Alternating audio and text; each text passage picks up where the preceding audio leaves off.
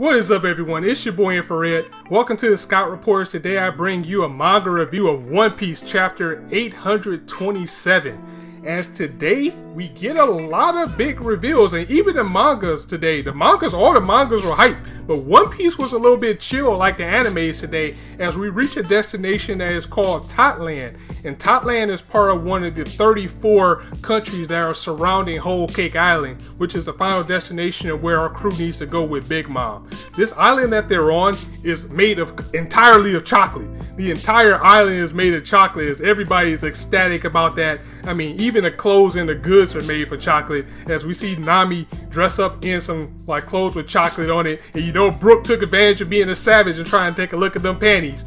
But at the same time, it was more of a chill, laid back type episode, as Peckham says we're going to stop here to supply, but we still need to be low key, we still need to be on the lookout. And he starts to explain how things go on this island, as you can eat all the chocolate you want, but there's some things that are off limits, such as, you know, windows, roofs, foundations. I mean, obviously you can't eat things that's gonna make stuff fall. But of course, you're talking about a chocolate island as well. So before this dude's even done with introducing what goes on, Luffy and Chopper are already out there eating buildings, just straight up eating buildings. As cops comes like, what the hell are you guys doing? That this place represents Big Mom's perfect utopia, as it is full of all types of races. I mean, everybody's here, from humans to minks to fishmen to everything, as this is her perfect view of the island, which is kind of making us see Big Mom in a different light, as it seems that it may be more to her than we think, or it could all be just an act. But now that Luffy and Chopper are pretty much being held down by the police right now, Pedro is ready. This dude is already ready to throw some hands, as he grabs his sword. He's ready to go,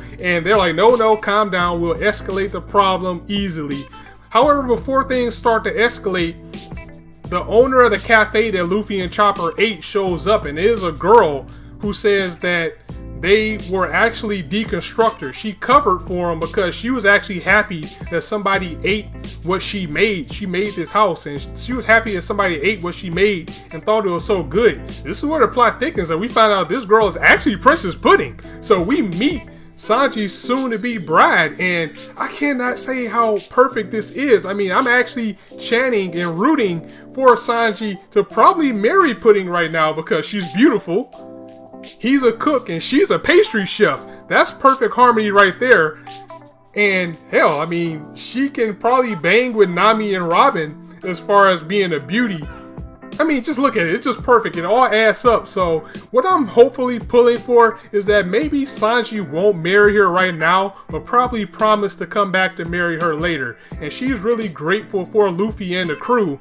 Of course, when the introductions come along and she asks who these guys are, of course Luffy has no chill and says, I'm Luffy, I'm going to be king of the pirates, which happens to startle her and takes us into our next scene, as we see that Big Mom is making sure that everything is getting ready for this big wedding that we're having, as there's only 3 days left. But she's also knows that Luffy's on the island and she's waiting for him. So I wonder who tipped him off, or did she know all along? And that was the end of this chapter as well. Again, it was a really chill chapter, except the reveal that we got to meet Princess Pudding, and we find out that she's actually a pretty good character that you can probably get behind. And if you're like me, you will want Sanji to actually marry her. But how's that going to work out? We'll just have to wait and see. So that is it for the One Piece review. Thank you guys for joining me. As I always say, you guys can be anywhere on YouTube right now, but you chose to listen to me, and I really appreciate that. So thanks for stopping by.